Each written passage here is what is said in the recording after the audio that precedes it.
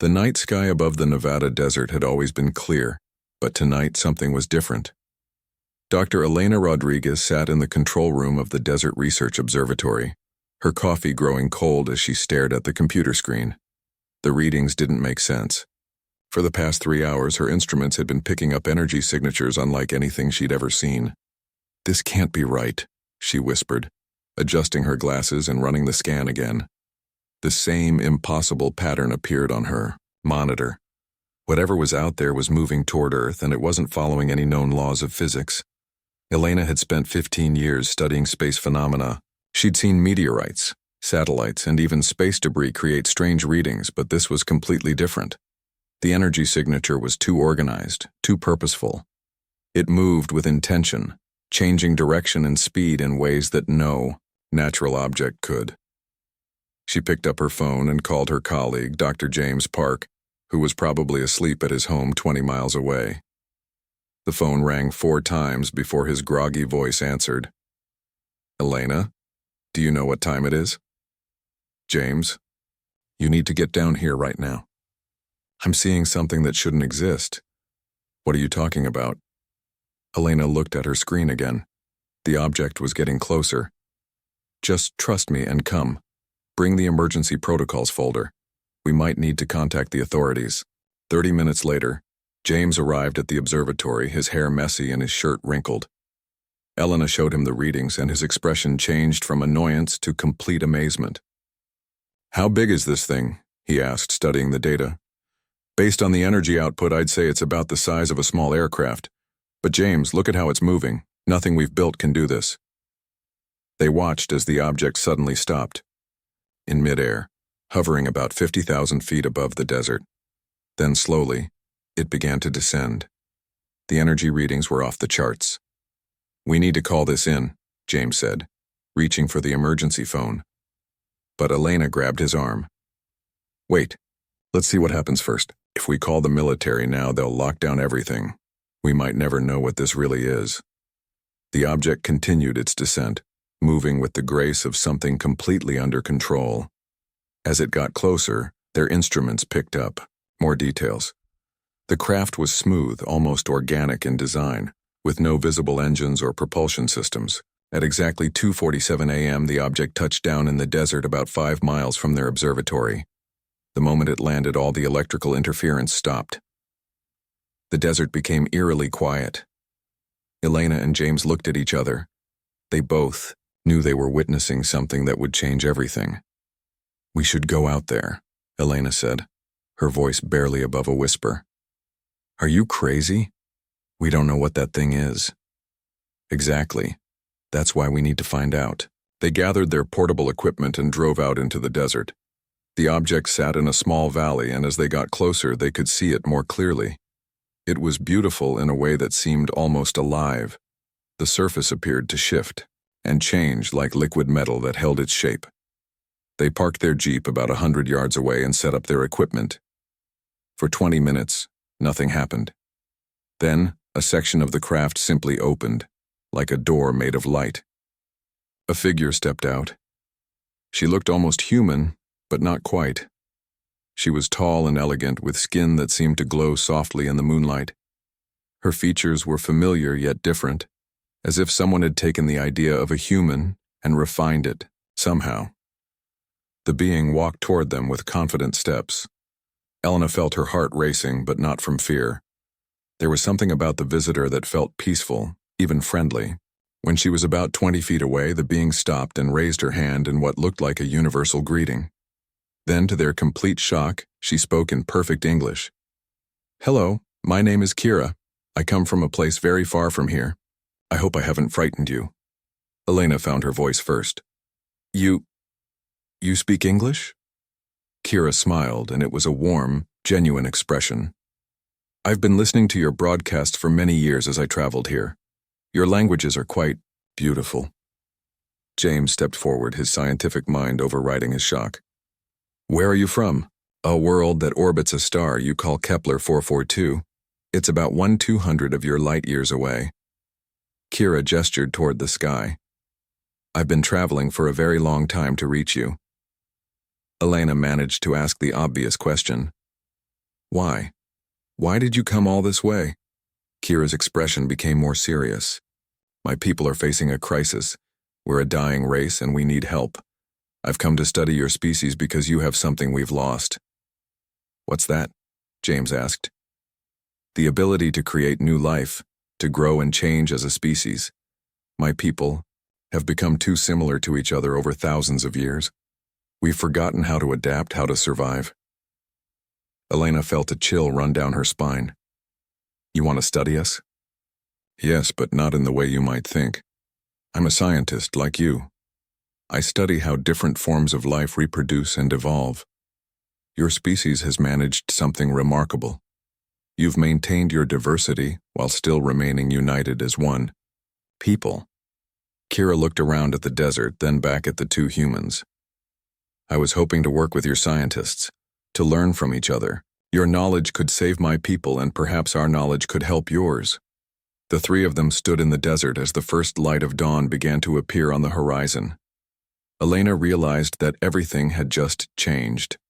Humanity was no longer alone in the universe, and their visitor was asking for help. There's so much we need to discuss, Elena said finally. Kira nodded. Yes, there is, but we have time. I've waited this long to meet you. I can wait a little longer to begin our work together. As the sun rose over the Nevada desert, Elena knew that this was just the beginning of something extraordinary. 3 days had passed since Kira's arrival, and the world had gone completely crazy. News helicopters circled the desert site constantly. Government officials in black suits had taken over the observatory. Elena and James found themselves at the center of the biggest story in human history. But through it all, Kira remained calm and patient.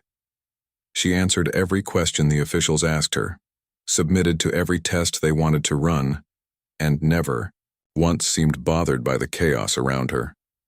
Elena sat across from Kira in the temporary meeting room they'd set up in a nearby military facility.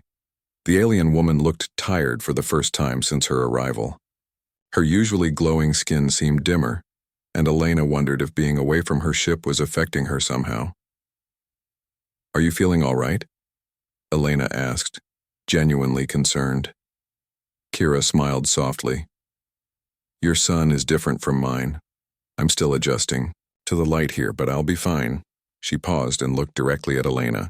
I want to thank you for speaking up for me with your officials. I know they wanted to separate us completely.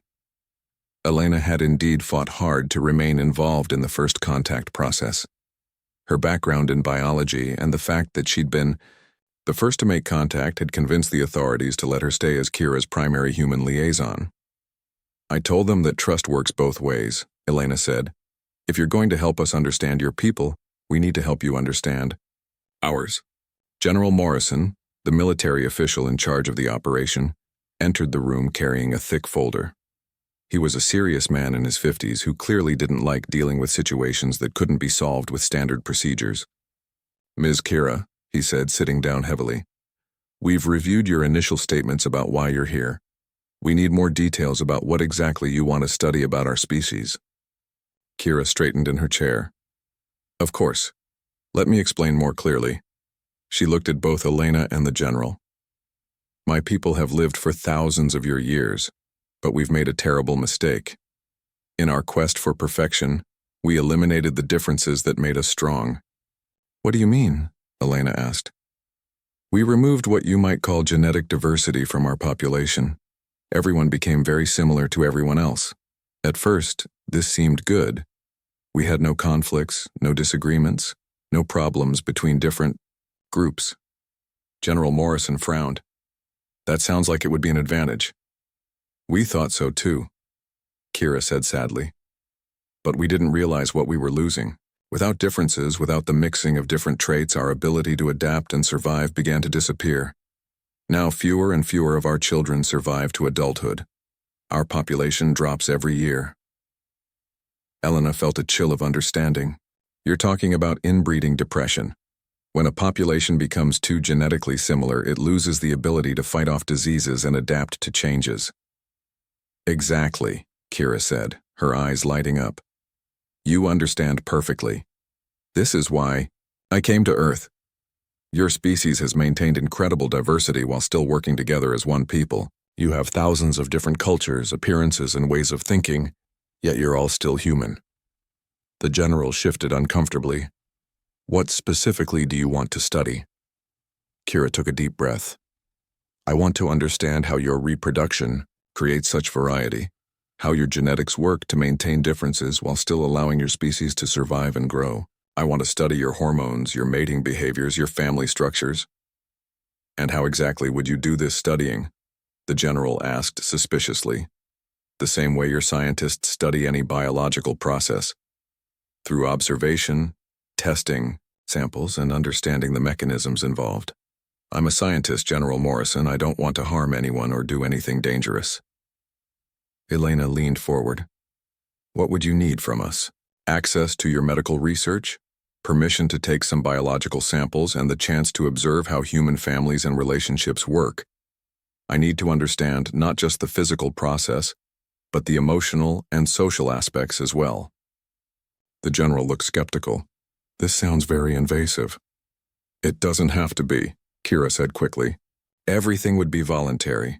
I would work only with people who want to help, and in return I can share knowledge from my world that might help your people. What kind of knowledge? Elena asked, curious. Kira's expression brightened. We've learned to cure many diseases that still affect your people. We understand how to repair genetic damage and extend healthy life. We've also developed technologies that could help with your environmental problems. Elena felt her excitement growing. This could be the greatest scientific collaboration in history. There's something else, Kira continued. My ship contains a complete database of our scientific knowledge. Medical treatments, technologies, insights about the universe that could advance your civilization by hundreds of years. The general stood up abruptly. I need to discuss this with my superiors. This is way above my authority level. After he left, Elena and Kira sat in silence for a moment. Do you think they'll agree? Kira asked. I don't know, Elena admitted. Some people will be excited about the possibilities, but others will be afraid. Change is always scary for humans, even good change. I understand fear, Kira said. My own people were afraid when I proposed this mission. They thought I was taking too big a risk coming here alone. Why did you come alone? Wouldn't it have been safer to bring others? Kira smiled sadly. Because I'm the only one left who thinks differently enough to try something new. The rest of my people have become too similar, too cautious. They're afraid of change, even if it might save them. Elena reached across the table and, without thinking, placed her hand on Kira's. The alien woman's skin was warm and felt surprisingly normal. Well, you're not alone anymore, Elena said. I'll help you make this work. Science has always been about taking risks to learn new things. Kira looked down at their joined hands with wonder. This is something else I need to study, the way humans form emotional connections so quickly. My people lost this ability long ago. Maybe that's part of what they need to get back, Elena suggested. Maybe, Kira agreed. Maybe that's the most important thing of all. Outside, they could hear helicopters and vehicles moving around the base. The world was watching and waiting to see what would happen next. Elena knew that the decisions made in the next few days would change everything for both species. But, looking at Kira, she felt hopeful. This strange, beautiful woman from another world had traveled impossible distances to ask for help. And in helping her, humanity might discover things about themselves they never knew existed. 2 weeks had passed since the government approved Kira's research proposal. Elena couldn't believe how quickly things had moved once the higher-ups realized what they could gain from the collaboration. The old observatory had been transformed into a proper research facility, with new equipment arriving daily. Elena walked into the main lab where Kira was studying blood samples under a microscope that looked nothing like any human technology. The device seemed to float in the air, projecting holographic images that showed the genetic structure in 3 dimensions. This is incredible, Elena said, watching the DNA strands rotate slowly in the air. Your technology makes our equipment look like stone tools. Kira looked up from her work, her eyes bright with excitement. Elena, you need to see this. I've been comparing human genetic samples from different parts of your world, and I've found something amazing. What is it? Kira gestured to the floating display. Look at these patterns. This sample is from someone whose ancestors came from Africa. This one is from someone with European heritage. And this is from someone with Asian ancestry. Elena studied the holographic DNA structures. They look pretty different. That's exactly the point, Kira said, her voice filled with wonder. But watch what happens when I look deeper. She touched a control, and the display zoomed in further. At the core level, all these samples are nearly identical. You're all the same species, but with just enough variation to keep you strong and adaptable. Elena felt a chill of understanding. You're saying we found the perfect balance? Better than perfect. Your species managed to stay diverse without splitting apart. My people went too far in the other direction. We became so uniform that we lost our ability to change and grow. Dr. Chen, the government-appointed supervisor, entered the lab carrying a stack of files. He was a quiet man who rarely spoke unless he had something important to say. The volunteer families have arrived, he announced. They're ready to begin the behavioral observation phase. Elena felt nervous about this part of the research. Kira had requested to observe human families in their natural environment, to understand how relationships and reproduction worked on an emotional level. Are you sure about this? Elena asked Kira. Watching how families interact might be more complicated than you expect. Kira smiled. I've been learning about human emotions for weeks now. I think I'm ready. They walked to the observation room where 3 volunteer families waited. The first family consisted of parents in their 30s with 2 young children. The second was an older couple whose children had grown up and moved away. The third was a young couple who had recently married.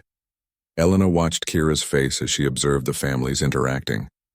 The alien woman seemed fascinated by the smallest details, the way parents touched their children's faces, how couples held hands, the laughter that filled the room when someone told a joke.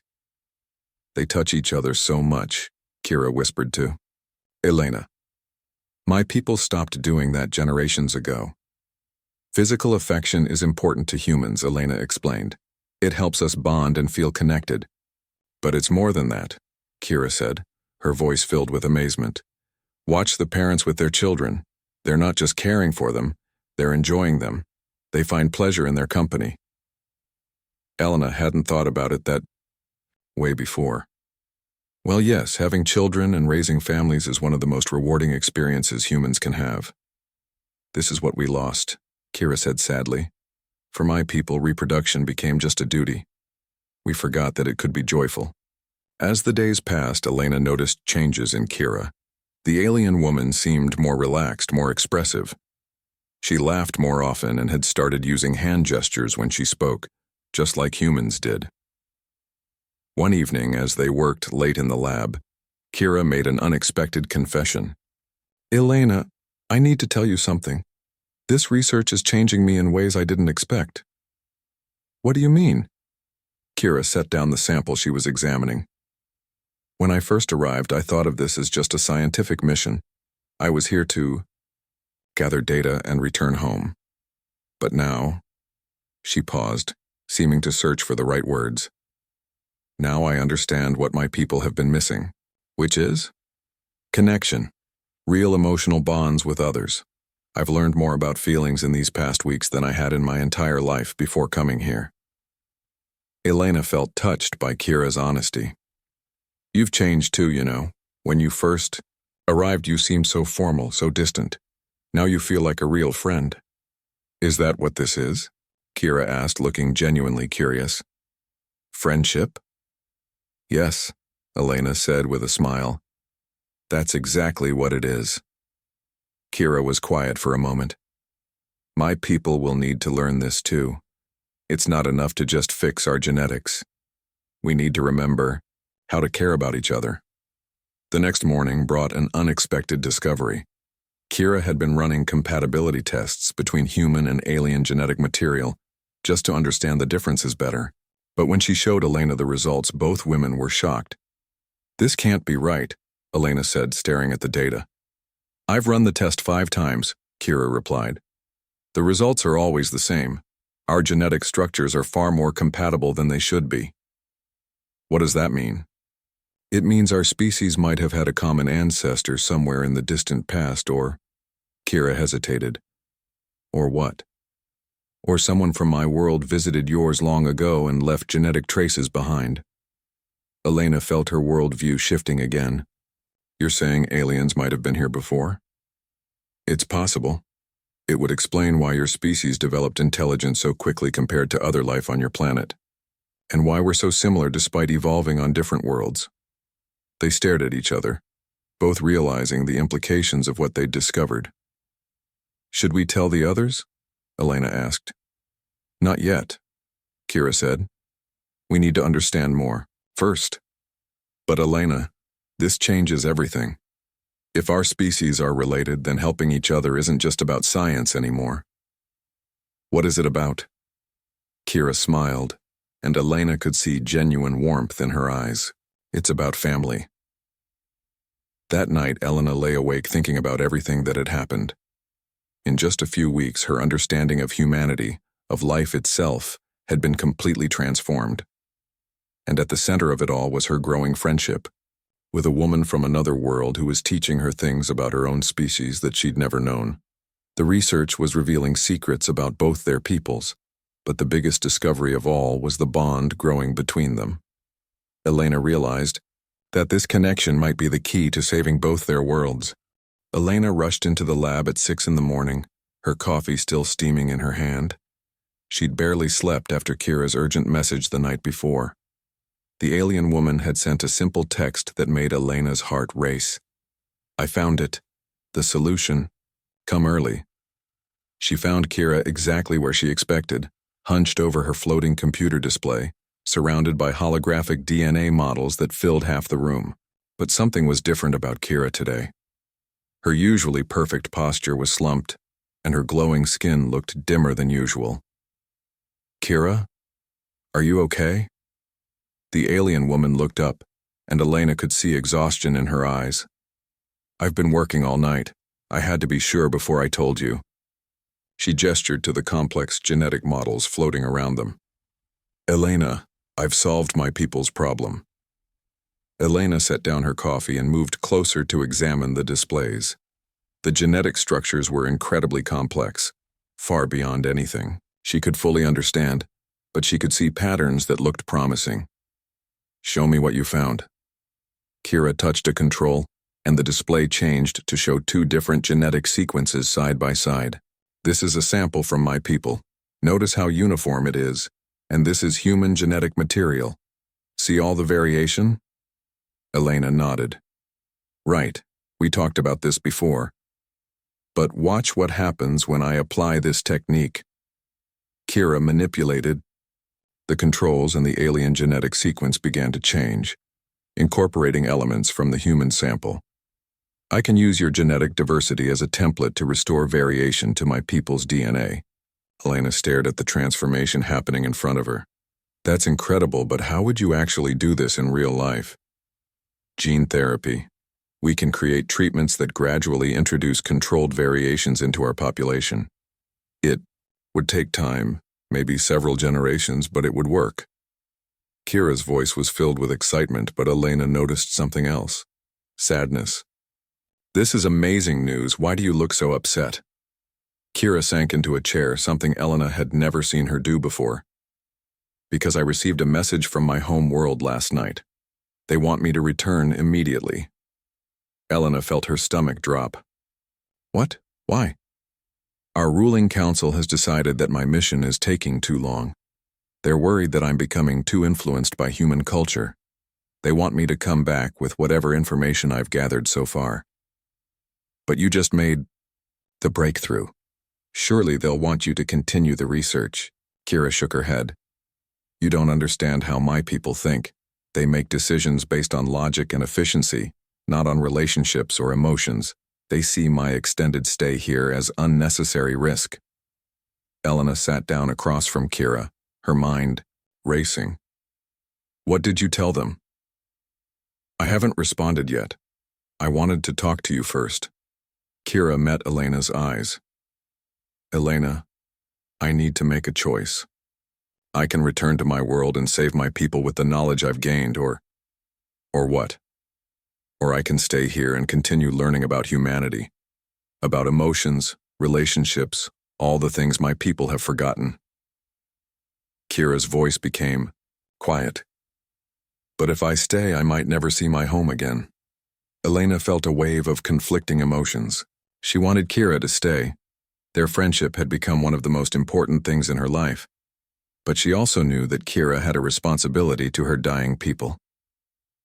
What does your heart tell you to do? Elena asked. Kira looked confused. My heart? It's a human expression. It means what do your feelings tell you, not just your logical mind. Kira was quiet for a long moment. My feelings tell me that I've found something here that I didn't know I was looking for. The research was supposed to be about genetics and reproduction, but I've learned about something much more important. What's that? I've learned what it means to care about someone else more than yourself, to have a friend who matters to you as much as your own well-being. Kira looked directly at Elena. Is that what humans call love? Elena felt tears forming in her eyes. Yes, that's part of it. Love comes in many forms: friendship, family bonds, romantic connections. They're all different ways of caring deeply about others. My people haven't experienced this for generations. We've become so focused on survival that we forgot what makes life worth living. Dr. Chen entered the lab, breaking the emotional moment. Sorry to interrupt, but we have a problem. We're detecting another ship approaching Earth. Both women stood up quickly. Another ship? Elena asked. Yes, and it's much larger than Kira's vessel. Our satellites show it will arrive in about 6 hours. Kira closed her eyes, looking defeated.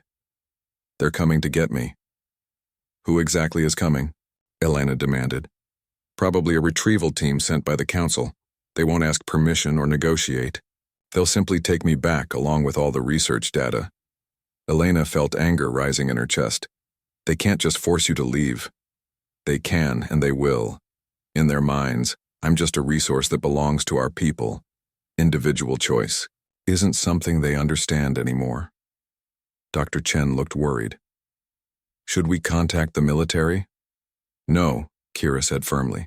That would only create conflict, and my people's technology is far superior to yours. I won't be responsible for starting a war. Elena grabbed Kira's hands. There has to be another way. What if you could convince them that the research isn't finished, that you need more time? I could try, but they've already made their decision. The only thing that might change their minds is if I could prove that staying here would benefit our people more than returning now. Then that's what we'll do, Elena said with determination. We'll show them everything you've learned. Not just the genetic research, but the emotional and social discoveries too. Kira looked hopeful for the first time since the conversation began. You would help me argue my case? Of course I would. You're not just a scientist studying us anymore, Kira. You're my friend, and friends help each other. Kira smiled, and for a moment her skin seemed to glow brighter. Then we need to prepare quickly. When they arrive, I'll need to present the strongest possible case for continuing this mission. Elena squeezed Kira's hands. We'll make them understand. We'll show them that what you've found here isn't just about saving your species. It's about helping them remember what it means to truly live. Outside, they could see military vehicles gathering as Earth prepared for its second alien encounter. But in the lab, two friends from different worlds worked together, determined to prove that some discoveries were worth fighting for. The next few hours would determine not just Kira's future, but the future of both their peoples. Elena had never felt the stakes so high, but she'd also never felt more ready for a challenge. Because this time, she wasn't just fighting for science or knowledge. She was fighting for friendship, and that was something worth any risk. The massive alien ship hung in the sky like a silver cloud, 10 times larger than Kira's small vessel. Elena stood beside her friend on the observation deck of the research facility, watching as 3 smaller craft descended toward the landing. Sir, are you ready for this? Elena asked, noticing how tense Kira looked. I don't think anyone could be ready for facing the High Council, Kira replied. They haven't left our homeworld in over 200 years. The fact that they came personally means they're either very angry or very desperate. Dr. Chen joined them at the window. Our satellites show they're not carrying any weapons, but their ships are generating energy fields we've never seen before. They won't attack, Kira assured him. Violence isn't their way, but they have other methods of getting what they want. Elena watched as 3 tall figures emerged from the landing craft. Even from a distance, she could see they looked similar to Kira, but somehow different, colder, more rigid in their movements. They look so formal, Elena observed. That's exactly the problem, Kira said sadly. They've forgotten how to be anything else. An hour later, the meeting began in the main conference room. The 3 council members sat across from Kira, Elena, and the human officials. Elena was struck by how alike yet different they were from Kira. They had the same basic features, but their expressions were completely neutral, almost robotic.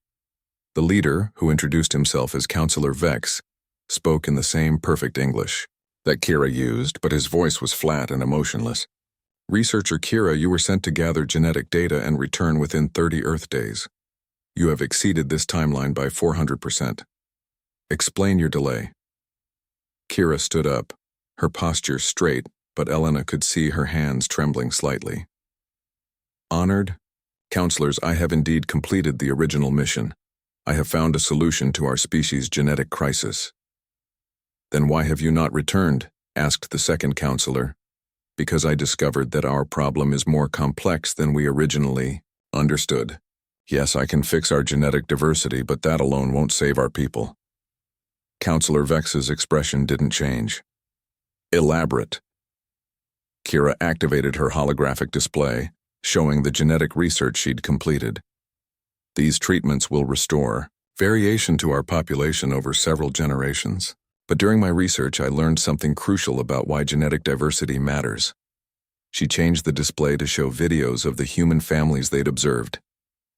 Genetic diversity isn't just about survival. It's about the capacity for emotional connection, for growth, for finding joy in existence. The third counselor spoke for the first time. Emotions are inefficient. They lead to poor decision-making. That's what I thought too, Kira said, her voice growing stronger. But I was wrong. Emotions aren't a weakness. They're what make life worth living. They're what drive innovation, creativity, and the will to survive even when logic says there's no hope. Elena watched the counselors' faces, looking for any sign that Kira's words were having an impact. She saw nothing. You have been contaminated by exposure to this primitive species, Counselor Vex said coldly. You will return with us immediately for psychological reconditioning. No, Kira said firmly. I won't go back to being empty inside. I've learned what we lost, and I want to help our people find it again. The atmosphere in the room grew tense. Elena could see that the counselors hadn't expected resistance. You do not have a choice in this matter, Counselor Vex stated. That's when Elena stood up. Actually, she does. The counselors turned their attention to her, and Elena felt the weight of their cold stares. But she also felt Kira's grateful glance, and that gave her courage. Kira came here as a scientist seeking knowledge. She's found answers that could help both our species. But more than that, she's become part of our community. She has friends here who care about her. Friendship is an outdated concept, the second counselor said dismissively. Is it? Elena challenged. Then why did 3 of the most important leaders of your civilization travel all this way to retrieve one person? If relationships don't matter, why not just leave her here? The counselors exchanged glances, the first emotion Elena had seen from them. Because, Elena continued, deep down you still care about each other. You've buried it under layers of logic and efficiency, but it's still there. That's what Kira can teach your people to find again. Kira stepped forward. Honored counselors, I propose a compromise. Allow me to establish a permanent research station here on Earth. I'll send regular reports and genetic treatments back to our world, but I'll also work to help our people remember what we've lost. And how would you do that? Counselor Vex asked. by bringing small groups of our people here to experience what I've experienced, to learn about emotions, relationships, and what it means to truly connect with others." The room fell silent. Elena held her breath, waiting for their response. Finally, the third counselor spoke. "This proposal is highly irregular." "So is our species near extinction," Kira replied. "Sometimes, irregular solutions are the only ones that work." The counselors withdrew to discuss privately. While they were gone, Elena and Kira sat together in nervous anticipation. "Whatever they decide, I want you to know that meeting you has changed my life," Elena said quietly. "Mine too," Kira replied. "You've taught me that knowledge without friendship is just empty data." When the counselors returned, Counselor Vex looked directly at Kira.